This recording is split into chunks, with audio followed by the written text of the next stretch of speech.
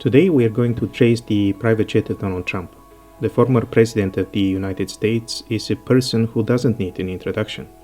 Currently he is engaged in a political campaign for presidency and travels a lot. We can examine his logs from January 2024. First we type his name in our VIP search to obtain the tail registration number. And then we can check the type of the aircraft in the local database. Donald Trump is owner of Boeing 757. That is a really large airplane for a private jet. Nevertheless, it has been well used during his presidential campaign. It has impressive parameters of range of about 7,000 kilometers, fuel capacity of 43 tons. It can accommodate a lot of luggage, and it can carry up to 240 passengers. This particular aircraft had its first flight on 21st of May 1991, and since then it changed hands through several companies to arrive at Donald Trump's possession at around 2004. The aircraft is registered in the United States of America. Both the tail registration number and the transponder are matching that pattern. We can see that the aircraft is pretty big with recognizable insignia, Trump's trademarks and logo, and on the tail we can see the flag of the United States. We can trace the aircraft in our database in January, and the first log from that database is on 15th of January. We see unfortunately a partial log with distance traveled between West Palm Beach and somewhere up northwest in Florida. Recently I have added a distance calculator and a model for estimating the CO2 emissions of the flight. The data points will guide us to the direction of the flight. Yeah, it has been through Palm Beach, somewhere in the northwest of United States. Even for that short distance, we can see that the model predicts emission of CO2 at around 7.6 tons. The next log is from 16th of January. Unfortunately, I don't see any visible trace on that date, so I'll just move on 17th of January. That is short haul flight between New York and Portsmouth. The distance traveled is around 400 kilometers, and the emissions estimated are around 8.1 tons of CO2. The flight connects New York, LaGuardia, with let's see for confirmation, Portsmouth International. Data points are suggesting that the flight direction has been from New York to Portsmouth.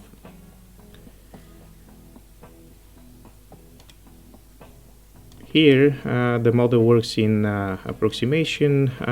We have a very short haul distance traveled and final emissions at 8.1 tons of CO2. Next log is from 19th of January.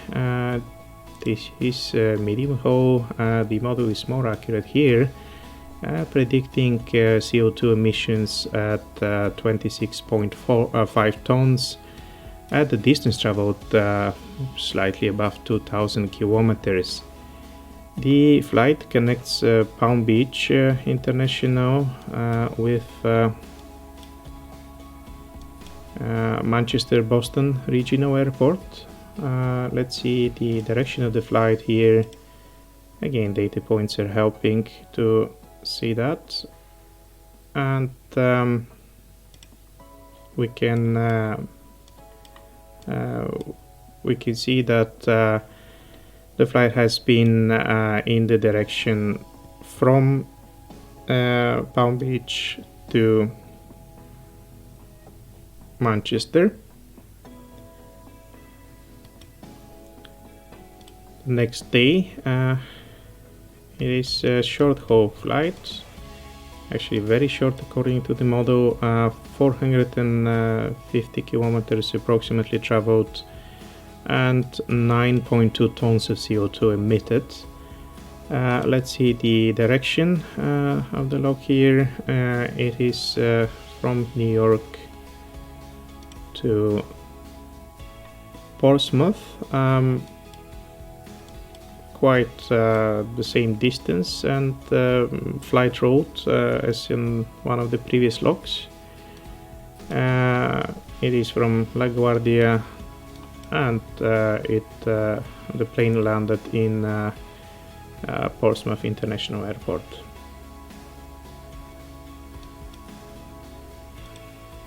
On 22nd of January we see New York and Portsmouth connected. It's a very short haul, again 8.8 CO2 emissions. Let's see the direction. New York, Portsmouth.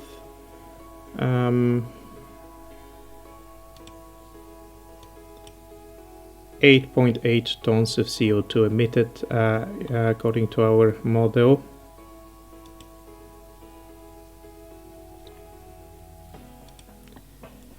On 23rd of January we see a very short trip connecting Portsmouth with Manchester. In that direction, the CO2 emission calculator tells us that the distance traveled has been 80 kilometers, and during the flight the aircraft emitted 1.7 tons of CO2. It's very short haul flight, and it's interesting to know what prompted that destination.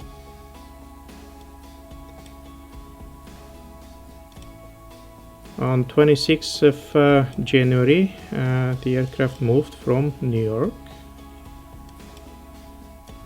to Las Vegas. Data points are going to probably confirm that.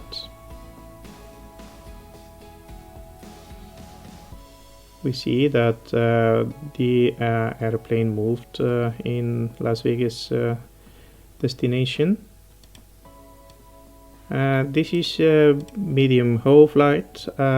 During the whole trip the aircraft emitted 44.8 tons of CO2 according to our model, and the distance traveled has been 3.7 thousand kilometers. That's a long flight, I would say, or a medium haul as labeled by the model. And here pretty justified once we account the time saving of such trip.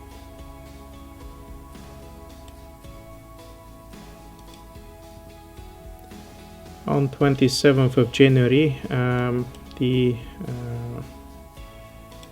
trip puts the aircraft back from Las Vegas, most probably to Palm Beach, but we don't have the full log here, so we can only speculate. However, the distance traveled has been at around like 900 kilometers, and the emission of CO2 is 13.4 tons.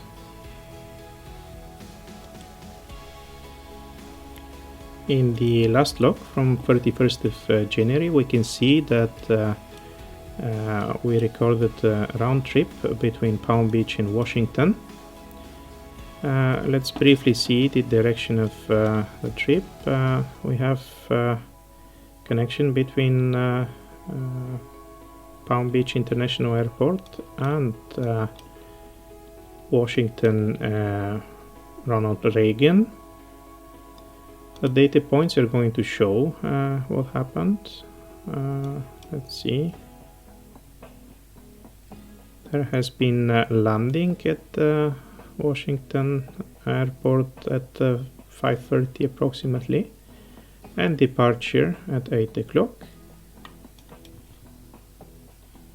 At the other end, we can see that the aircraft arrived at Palm Beach at around 10 o'clock, and the departure has been at 3 o'clock from West Palm Beach.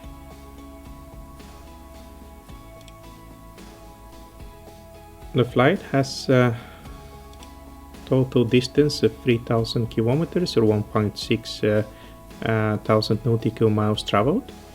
It's a medium haul, and the model estimates that we have 36.7 tons of CO2 emissions during both flights. Just to give some sort of meaning in that number, 36.7 tons of CO2, that is approximately the growth of 4,000 trees for 20 years. That growth will capture back that amount of CO2. Or in other words, this is 80,000 trees capturing and growing for 1 year. Or yet, in another way of expressing that, that's like 100 football fields of trees working and capturing the CO2 for 1 year. To summarize all trips in our local database, we can estimate that the CO2 emissions in total were amounting to 157 tons. In the popular metrics of football fields, this means that 4,000 football fields of trees need to work for 1 year to capture back that amount of CO2. I cannot judge if these numbers are reasonable, considering the tight schedule of the former president of the United States. He's in a constant move, and sometimes it is needed to attend like several meetings in different towns. However, the fact is that 4,000 football fields need to work for about 1 year to capture back that emission. So this was the tracing of Donald Trump's aircraft during the most recent weeks of January. If you're aware why these trips have been commenced and what prompted some of these short distances, please comment in our section. And if you like to see such videos in the future, please subscribe to the channel. And thank you for watching.